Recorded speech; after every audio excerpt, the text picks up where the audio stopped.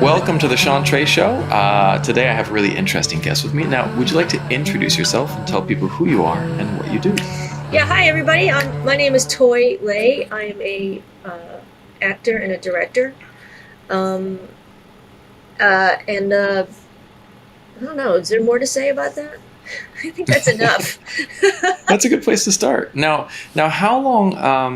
How did you get into acting and directing? What was your journey to this profession? I've always loved being a performer, but first, I was an actor as a kid, kind of like a teenage actor.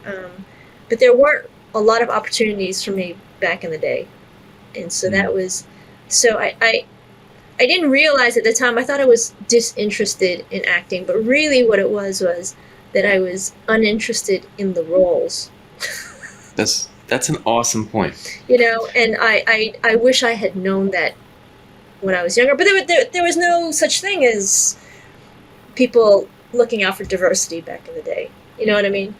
That Asians didn't have to be the nerd or the whatever. I think Sesame Street was probably the only place that you could actually just be more than just your race, and your gender.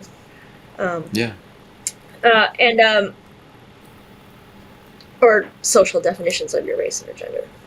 And so I fell out of that, and just because I was so uninterested in everything that was being presented to me, I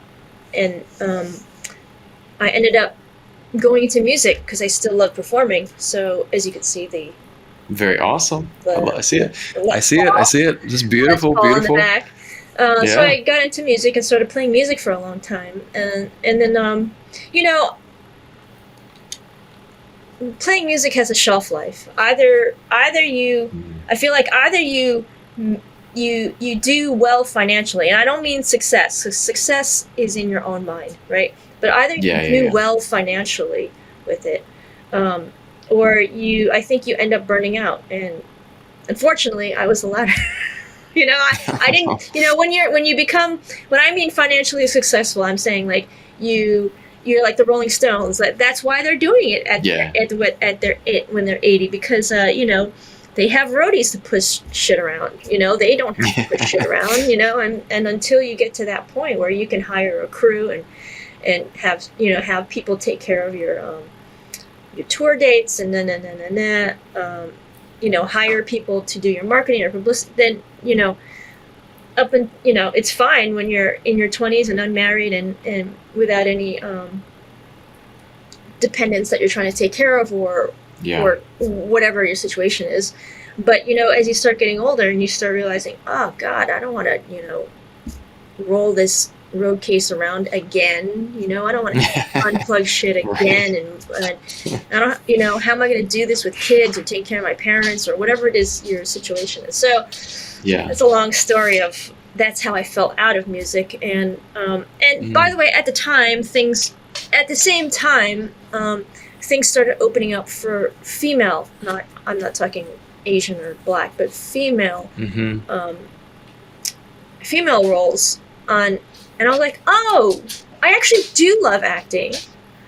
Those are the roles I want to play. Like so I started getting back into acting, and then it took a long time to just kind of turn my life from one thing that I've been going full force into to another thing that I'm going and understanding the whole business. It takes a long time to understand the subtleties of what you want in the business, out of the business. But wouldn't you know it, I still had it was still difficult to get the roles that I wanted to get. I was still being called in for Tiger Mom and manicurist, and I just wanted to slit my wrists. And so I started making films just as a what are you doing this weekend? Let's just see if we can try this out, blah, blah, blah, just, for fun. As it turned out, I ended up, I think I'm a pretty good director. So, that's awesome. so as it turned out that's what happened. And so now I'm down on the path of just kind of making being an actor. And by the way, my acting career has opened up, which is nice, but that's awesome. But not to the point that I want it to be, as usual, as always. It's always we want more. I think I'm still making films. I mean, even A-list stars still make vehicles, or are producers of their own vehicles of shows that they want to be in. You know what I mean? Yeah. So I don't ever really foresee that ending, in that sense that I will ever end it. I might just be able to hire a bigger crew. Right. I don't have to do everything. I don't have to do everything. Well, I'm with you on that one. I produce a lot of my own stuff, and that was something that I had.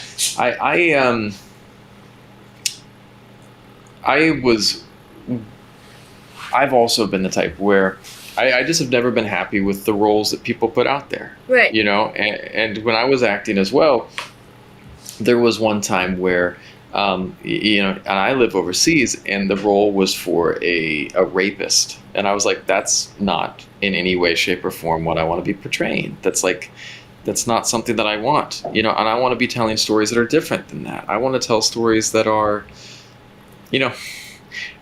those stories need to be told.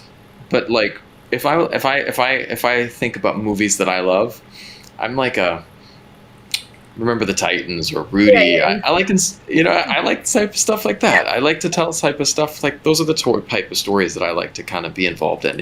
I do like meaty and gritty stuff, and I think there's a place for that. But I have a 5-year-old daughter, and I just constantly think about what type of things would I want her seeing. That's right. Yeah, and that's exactly it. And it's there's nothing wrong with a wide range of roles and whatnot, but yeah, we all got in this business because we felt like there was something that we wanted to do. I mean, there are people who love rom-coms and they just want to do rom-coms. There are people who love action, they just want to do action. They just want to do Bond, and it's like there's nothing wrong with saying I want to do Bond, I want to do Star Wars, I want to do whatever it is that you do. I still want to do Star Wars. I still want to do The Mandalorian. I'm not gonna lie. Bring that up, man. I want to hold a lightsaber, right. But you know what?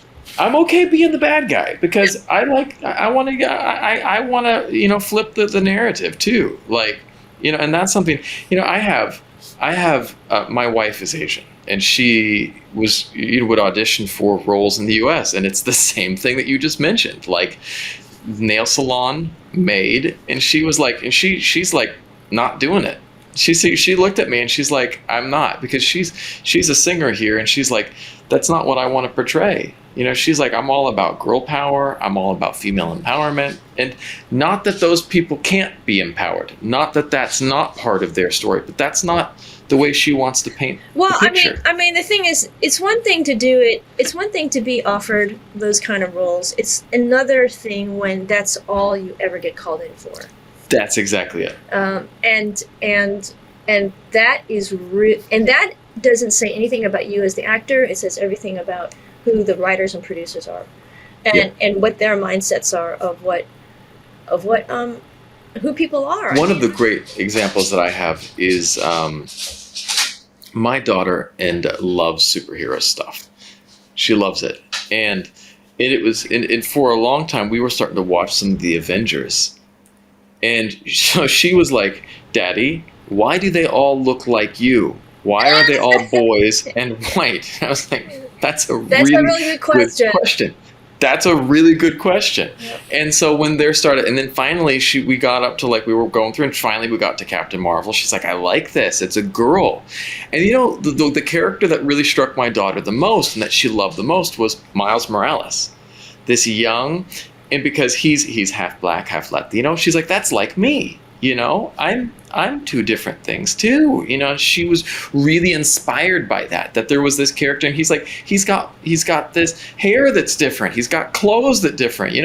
He's dressing different. He likes the music. And so she'll get me on. She's like, Daddy, put on the Spider-Man music, and so every day I got this really cool record from the Spider-Man Into the Spider-Verse, so it's like an actual vinyl. Oh, okay. So we put the vinyl on, and it's got Spider-Man on it, and she loves it.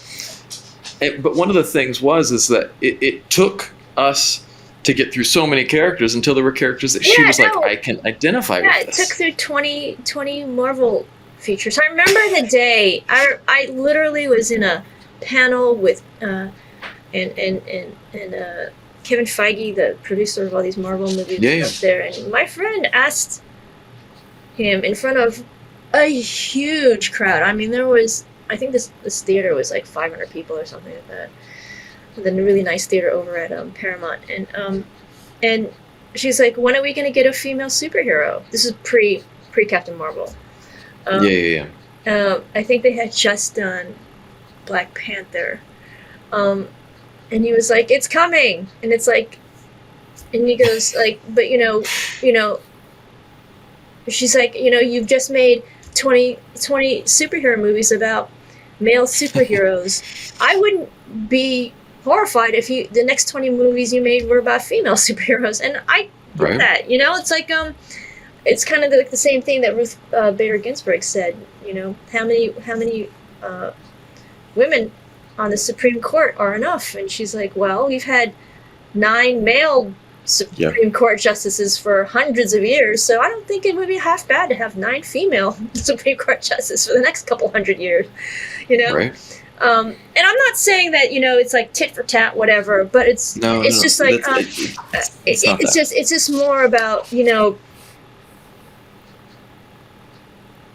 if you truly want to. I mean, people talk about all the time that they want to move the needle, that they want to be a solution. Then you have to really hack your brain and start thinking differently. Yep. Well, and it doesn't reflect reality. Like you watch a movie, right? And there was one of the things is like we especially one of the things that challenges me are character actors, people that are character actors, because like we get this guy, and he looks a certain way, he talks a certain way, like, oh, that guy's gonna be this character. Right, yeah. But like in real life, like some of the worst people I've ever met in real life were the nicest looking people. Yeah. You know what I mean? Yeah, I know. But that's what hid their monstrous side, Yeah. Or some of the nicest people I met look like what you would think a villain would look like, right. And so it's never reflective of in our real lives, Well, I recall that there's this guy who's really a famous author about metaphysical and having a life that leads to happiness. His name is Eckhart Tolle. Of course. Yeah. I don't know. I mean, it took me a billion years before I found out who he was. Metaphysics is speaking my language. That's a pillar. I deep dive down that area. Right. So. But Eckhart Tolle, if you look into his past, he was homeless for 2 to 3 years, living on the street by choice. Mm-hmm. It was his moment of bliss. He just wanted to live every day and every moment as it was and not think of anything. Anyway, but typically people would walk down the street and ignore that guy, that homeless guy, and think that he would have nothing to offer, nothing to say, and look, he's Eckhart Tolle. Right. You know what I mean? Right. Okay, yeah. So that was a guy trying to help me who's working in Unreal, this is his job, is to work in games and building these virtual environments, and he can't find people, which is interesting. So we're having trouble finding a person to help us finish out our Unreal environment of the moon. Oh wow, that's tricky. Yeah. It's like there's all this new technology coming out, but you don't think about that there aren't necessarily all these people trained in it yet. Yeah, it's like saying, we want to become a solar-powered country, but but our people are still coal miners. So, right. I'm like, it's obvious here. Stop the coal mining and go into the solar, and it's probably healthier for you too, healthier for your lungs anyway. But yeah, we need to build a force of people to understand how to take care, how to build, manufacture, maintain our solar power in order to go in that in direction and have a good, clean, healthy environment. And same thing, it's like, we've all seen how amazing The Mandalorian looks and all amazing. Right. and people are there's going to be a whole all next year is going to be a whole new wave of movies that's all based upon On the Unreal Engine. this not Unreal the idea of virtual production and Okay, because there are other engines other than Unreal, but Unreal is like saying FedEx, as opposed to the local delivery guy.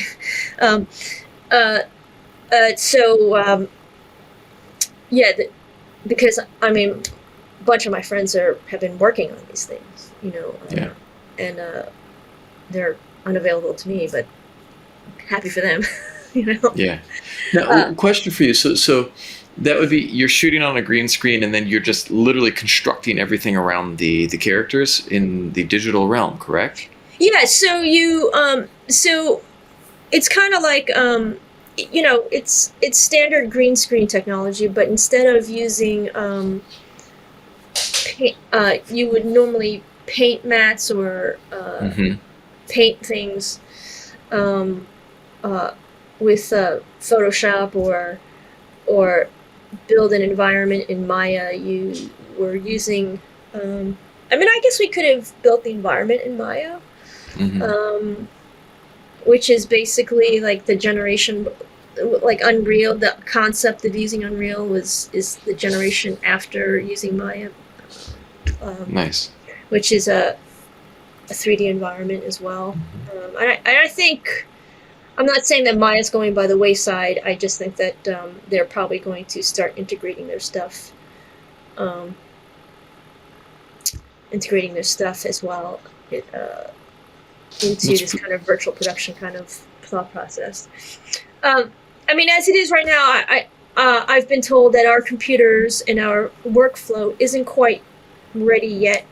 Even in big shows, to do it in real time, because if you think about it, virtual production is, if you think about Unreal, the gaming engine, when you're playing a game, it looks like a cartoon, right? It still does, right.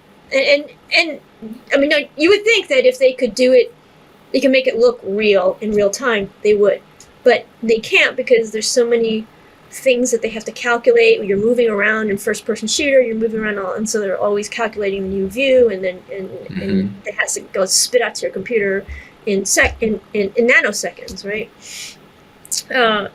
And there's just not enough computing power to do that in real time. So what's going on? I've heard, and I'm not sure how true it is for everybody, but unless you have these like supercomputers that can process ultra fast, you still actually can't do it, the virtual production in real time.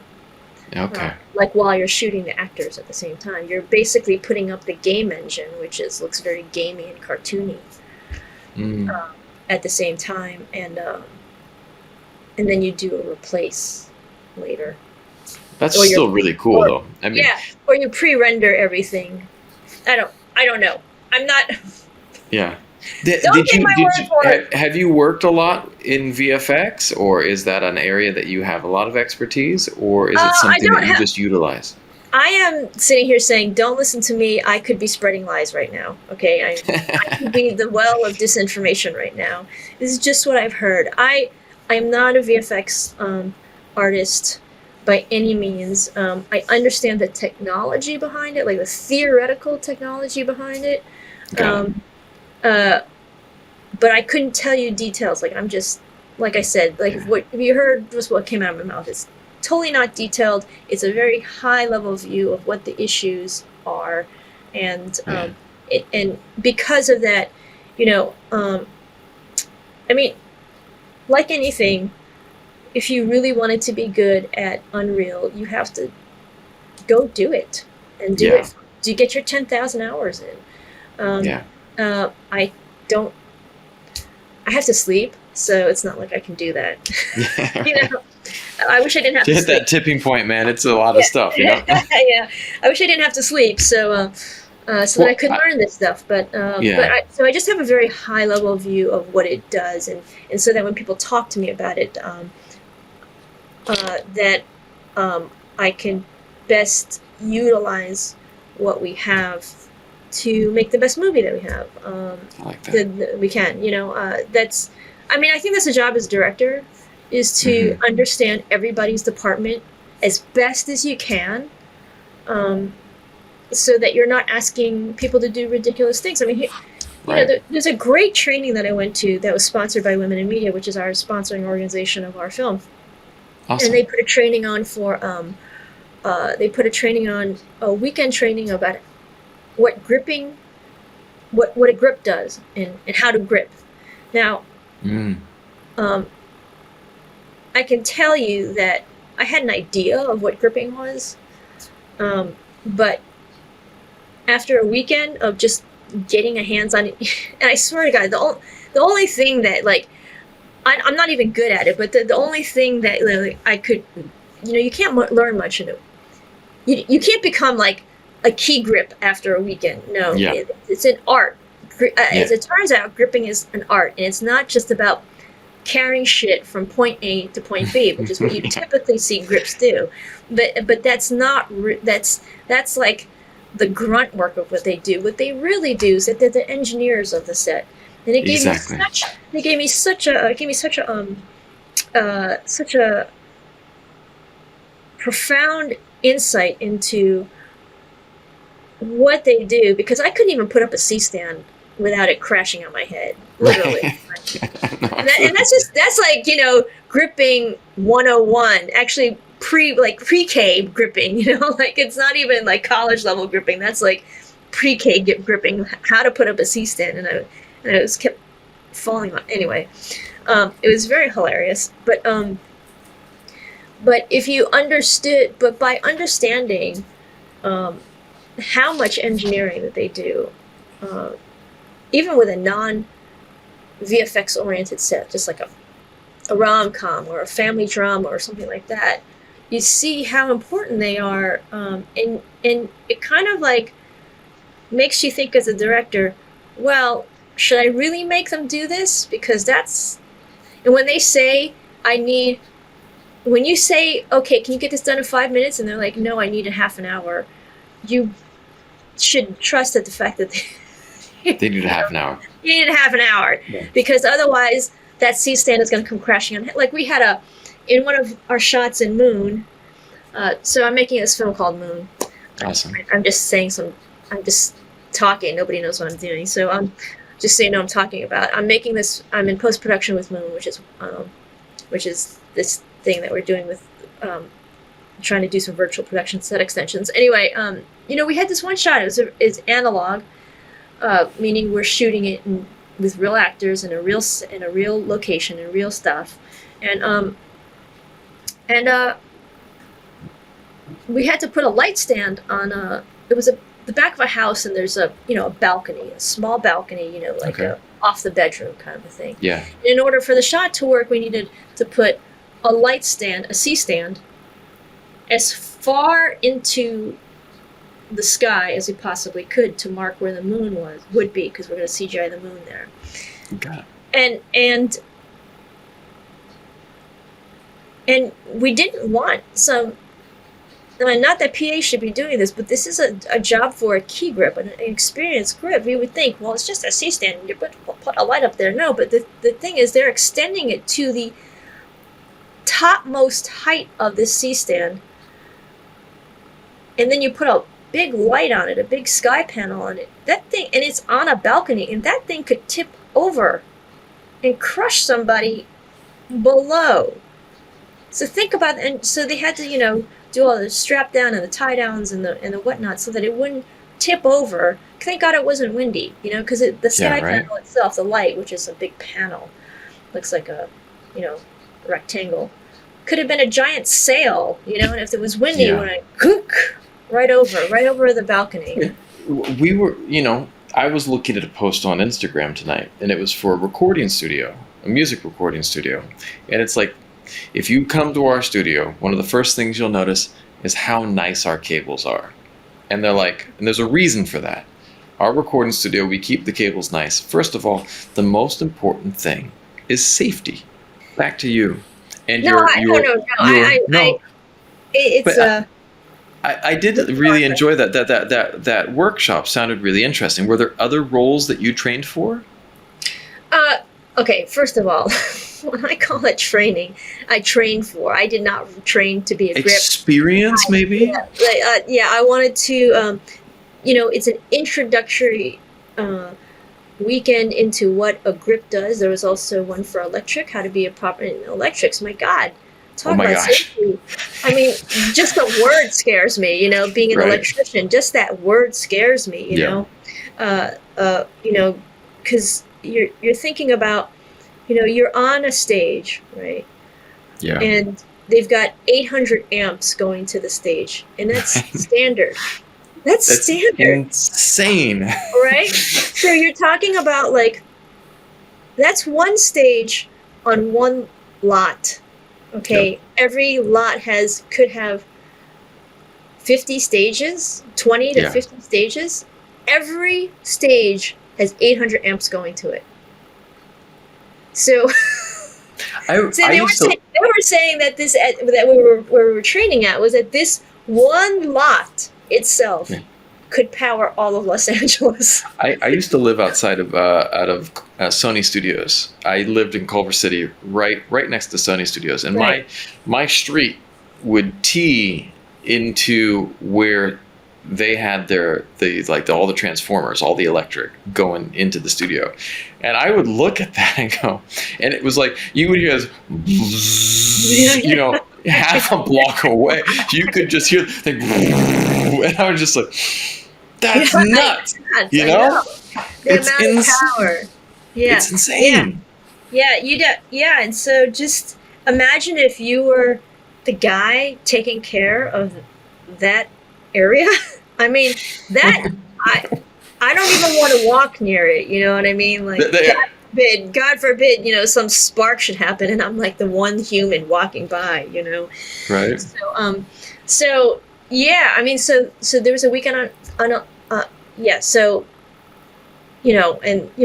that job especially has to be about your safety. Your safety, not just the safety of others, because once you if you safely lined out the power to your set,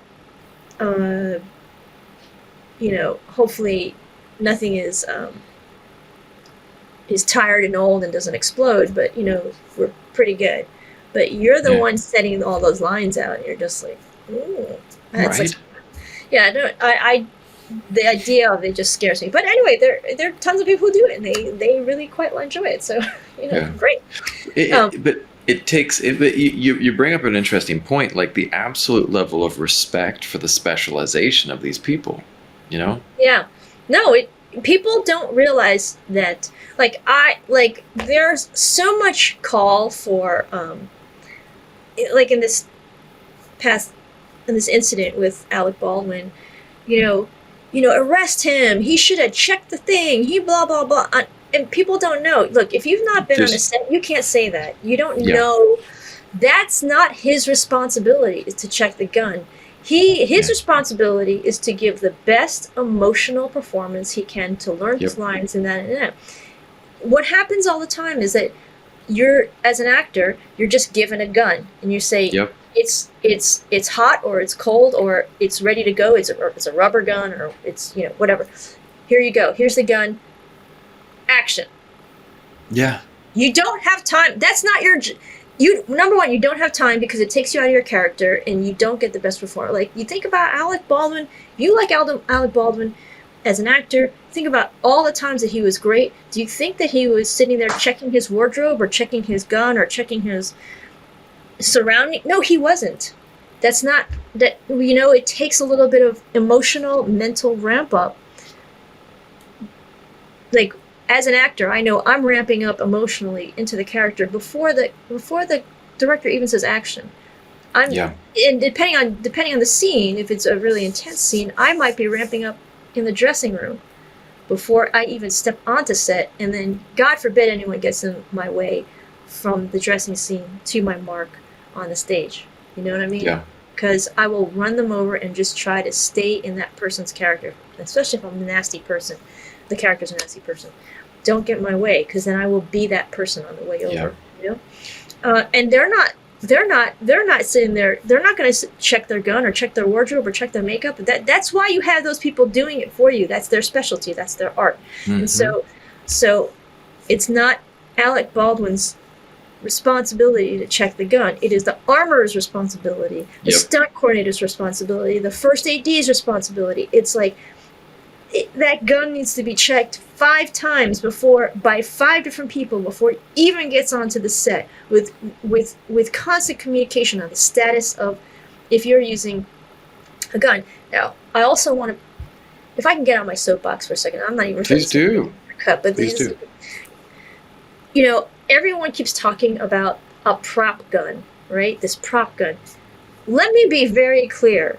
There is a difference between as a person who does action movies and has guns in all of my thing all the time, there's a big difference between a prop gun and a real gun being used as a prop. Those are 2 different things. And you need to understand that was not a prop gun. That was a real gun being used as a prop. And those are 2 very different things. A prop gun is a rubber gun, and I could pull my rubber gun out right now and I can bend it. And that's a prop gun. That to me, in my definition of a prop gun, that was not a prop gun. That was a real gun that could shoot projectiles with gunpowder, and it was being used as a prop. And let me tell you that there is no reason for any real guns, unless it's a very, very, like a collector's item that someone spent $1 million for, you know. That Les Paul, that's a real Les Paul guitar right there. Yep. I can have someone make a replica of that and just give them time and money. You know what I mean? Especially with the CGI. All those guitars behind you, those could be replicated at any moment, and then you can go do your best Pete Townsend and destroy it on stage, and no one would give a shit. Yeah. You know, and so a gun, there's, in my opinion, especially as a person who does action films, a gun is a real gun. To be used as a prop is never a good choice. No. You can always replicate any gun. There are tons of artists out there, that's their job, to make fake guitars, to make fake guns, to make fake chairs that break away, to make fake glass that there's a reason why you use sugar glass as opposed to real glass to knock someone on the head. I mean, exactly. those are the same things. So I want to be very clear, that was not a prop gun. That was a real gun being used as a prop, and those are 2 totally different things. And people need to understand that. And if you don't even understand that, then you should not be passing judgment on Alec Baldwin checking the gun before he says his lines. Now, Alec Baldwin, who is the producer, that's a different story. So, because he is the producer on that. And it's the producers who make the decision on how much time, money is being spent on the output. Yeah.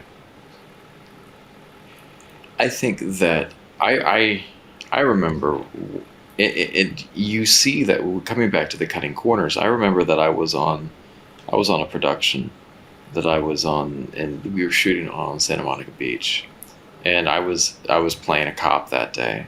I was booked as a day player for a police officer. They didn't have any bathrooms for us. Bathrooms were, like literally about almost close to 3/4 of a mile away, and they said you got to go up on the pier to use the restroom. And so I was given well, you know what, Sean? In my opinion, that's totally fine. Just take a half an hour break and go to the bathroom. That's what it comes down to. Yeah. Well, and I so they were like on the way back. Right, and they were like, you go fast, and I was like, because we have to wrap here, and I was like, guys, you're killing me. And everyone sent, and I was like, do you need anything from me, like this firearm? And they were like, just go. And then And they're like, but hurry. And I was just like, are you guys seriously sending me up the beach with this, and they were just go, go. And then I came back and the armorer was livid. He's like, why did you leave? And I was like, I got sent by first AD up the beach, and it was just because, and the reason was because no one had bathrooms nearby, and they could have put, porta potties, they could have put restrooms near the set. It's a cutting of a corner that was completely and understand. And by the way, kudos to the armorer who was pissed. Was livid. It was, yeah. But you bring me back to the point as it wasn't my job to. Yeah, exactly. Right. It wasn't your job. And anyway, because there's so many factors, and I guess people who aren't on sets, they don't understand the mental calculus it takes to pull a film shoot together. They just see. That's it. Oh, they just see this 2 hour. There's so many parts. It looks so seamless because you're talking about masterful filmmakers who are trying to make it like that's their job. I mean, I think that people who love movies and aren't in the business but love to watch them, they should watch a lot of film school movies and understand the difference between a beginning filmmaker and a masterful filmmaker. And I think that people were so used to seeing action movies now, and really amazing action movies. Like, you're a martial artist, as am I. And, and so I trained, judo for 15 years, and then I trained Muay Thai and capoeira and karate and lots of martial arts. And when I watched John Wick, I'm watching that movie going, wow, the stunt choreographers and the people that are planning this, because it's more like a dance than it is fighting. They're thinking, people are watching that going, UFC. I'm like, no way, man. This is so choreographed. It is so planned that, and people don't understand how much practice, how much thought goes into making something that is really dangerous look real, flawless, and be safe. And be safe for those performers, because you're not actually stabbing someone with a pencil, Yeah. No, absolutely. And I think that people should see what an action scene being shot by a film school student looks like versus John Wick. And you'll be like, this is awful. And I'm like, hence the years, the 10,000 hours you need to put into doing this. The 10,000 hours of the key grip needs to become a key grip. The 10,000 hours that the production designer needs to be a production. And these are hundreds. You look at those credits, you know what? Everybody should sit through those credits and think about the 10,000 hours that those people have put. All those people having put 10,000 hours into their craft. Yes. Not necessarily maybe the PAs, but certainly the department heads have put in 10,000 hours to make this experience for you. And so don't tell me that Alec Baldwin, the actor, is responsible for his gun. He's actually not. Alec Baldwin, the producer, absolutely is, though. So that's a good point. Now, if you could give advice to a younger version of yourself, what advice would you give to this young filmmaker or actor or musician? I used to always say, do it because you love it. You used to say that. Yeah, I've kind of been changing my brain a little bit. It's still very valid. That's still very valid. That was my number one thing. It might still be the number one thing because it leads into a lot of things. It might, but I'm trying to phrase. I haven't answered this question in a long time, so I have to kind of think about how to properly say it without seeming argumentative. And that is that this is the right way. All right. Love yourself. I like that. You have to love yourself. Not have to, but just love yourself. because there's so many people who's going to tell you how not good you are. Right. That's deeper. That is the next step below do it because you love it. It's about doing it because you love yourself, because you know that this is the right thing for you, because you, again, people are always going to want to shape you into what they want you to be, and the social expectation of what you're supposed to be. But if you, like, here's a great example. I'd love to. I told you how I got to where I was. If I had never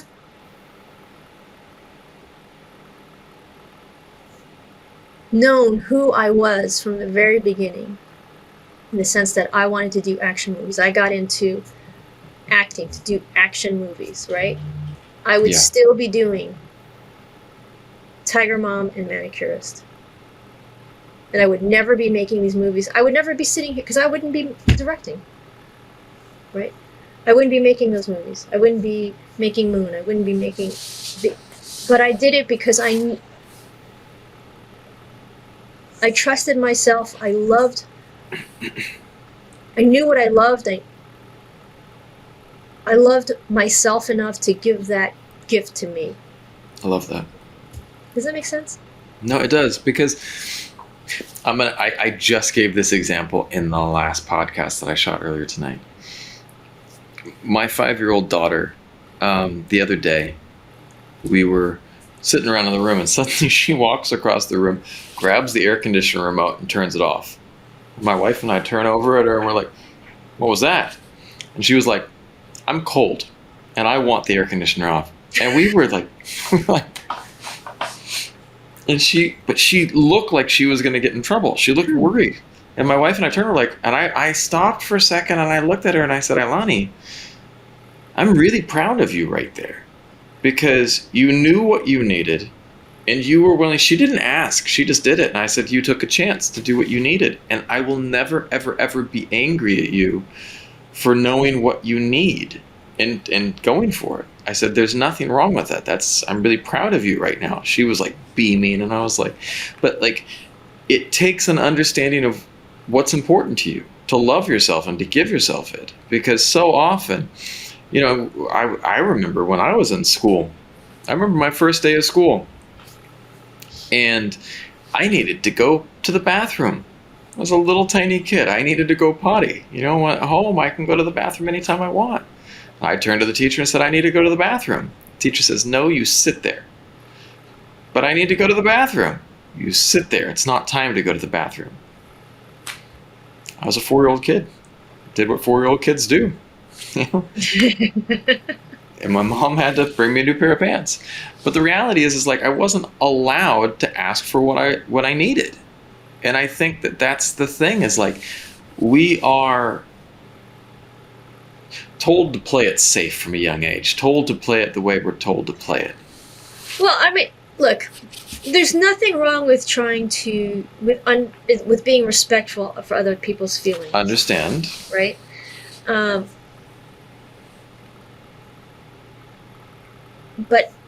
But saying what you want, saying what you need, that's also being respectful to your own feelings. And there's a balance there. Yes. You can't always just be about what your feelings are, because then you end up being a selfish prick, right? But, totally. But you can't always. I'm sorry, you can't always do what other people want you to do, because then you become so unhappy in your life. So, being an actor, as you probably know, an actor or a director is the same way. It's like, you want it. You're going after being an actor. You're going after being a director, or whatever it is, a musician, whatever it is you want to do. You're going after being, the best architect in the world, or the best plumber in the world. In the meanwhile, you still have to pay your bills. You should be a good civilian, and you shouldn't be a burden on the government or your fellow neighbor because you don't want to pay your rent. You should pay your rent, and but there's finding that balance, but don't ever forget. And the problem is that our society is structured in a way that we're that it pushes you towards paying your rent and whatnot, and kind of putting your passionate side down a little bit. Don't ever forget who you are and what you want and what you really want in your life, and keep working towards that. And yeah, if that means that you have to give up a little bit of time with your friends and or family, hopefully you find the family that allows you to have that space to, give yourself an hour of the day to be your passion, whatever. Some people are marathon runners, they want to train, or you know what I mean. But don't ever forget where your passions are, because once you do that, then you might as well just, I don't know if there's a reason for existence on Earth other than just to keep the machine going. Yeah, I really like that. I think that you have to find that balance, because you're right. If you always are just getting what you want, then it's not that good. You do end up being a selfish prick. But you also have to find that, it's kind of like, and that's communication, by the way. And in my opinion, Sean, that is just learning how to communicate what your wants and needs are. And then to listen. and to listen, and therefore, and also have other parties respond and saying what their wants and needs are, and trying to figure out how that puzzle works. Yeah. Well, that's awesome. Well, I have thoroughly enjoyed our conversation today. It was Sean, it's been very fun. Yeah, I likewise. Fun. I really enjoyed this.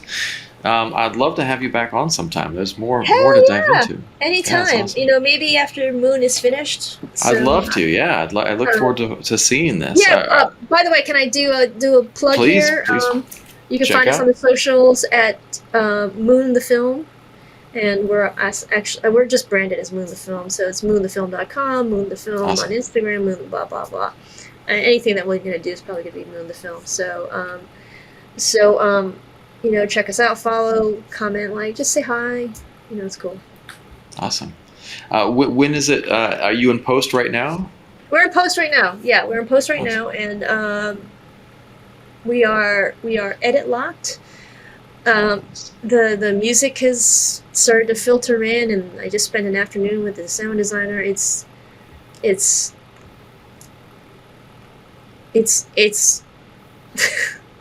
I can't believe it. It's really it's becoming a fully fledged thing.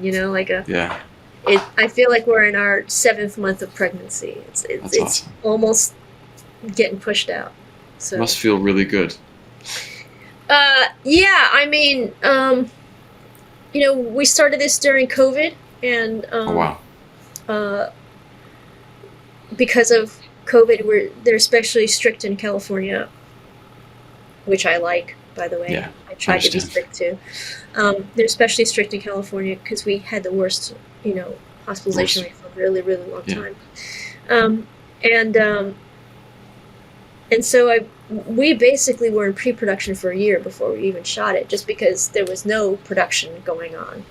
And I also wanted to be safe. Because I completely believe in COVID protocols. It's a pain in the ass. It costs so much money, but I do believe in them.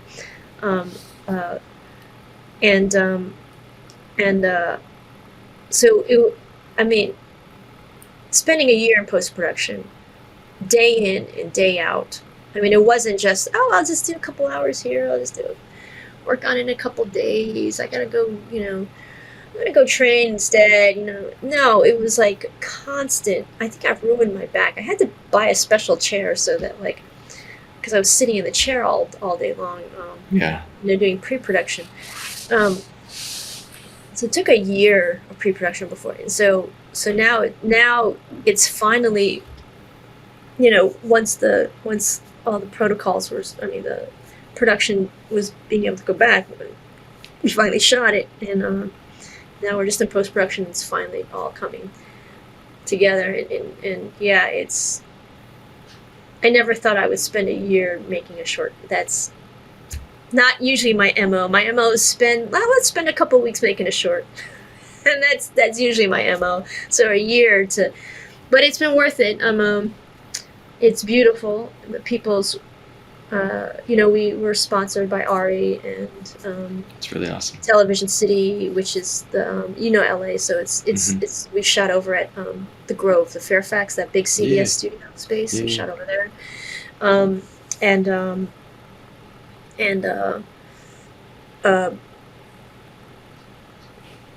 it was it just looks beautiful.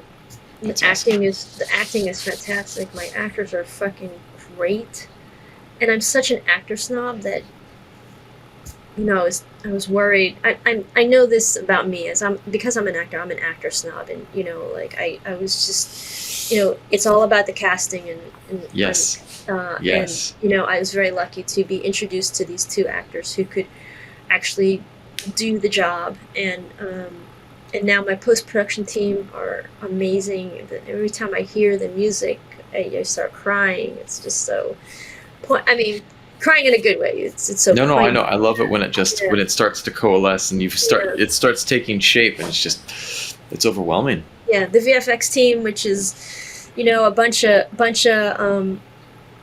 fairly new people trying to cut their teeth on something cool, and their passion, and they're excited about their work, and it's just there's people's excitement on their work, and I love that. That's also what makes me very excited. Just like when people bring their passion, it makes the whole experience awesome. That's the magic. That's it is. That's what when you think of your favorite movies, it's usually there's some magic in there. There's you can prep and plan for 95%, 97% of the movie, but there was one of the best lessons I ever heard. And it was like some internet lesson, some YouTube lesson, which is probably the best lesson, one of the best lessons ever, which is make room for magic. You have to leave room for magic. Yes. And 100%. And that is other people. It's not just people are like I like to give when we're actually up on stage at Q&As talking about this film in interviews. I like to make sure that people get their due props, because it's not all me. They're the ones who have, without their passion and without their desire to do the best work ever, their best work, it wouldn't be magical. Yeah, that's so true. I think that's the thing that people don't realize with a movie. You have so many parts coming together, and it takes a little bit of magic for it all to work out. Magic and a ton of planning. Yeah, that's right, and that's really the recipe. And I really always, when I'm directing, always try to leave room for magic, because you just can't micromanage it. If you micromanage it, it's like the sands that go through your fingers. It's just you really just kind of want to do this and be like, hey, this is what, like this, So awesome. Coddle it and just make it happen.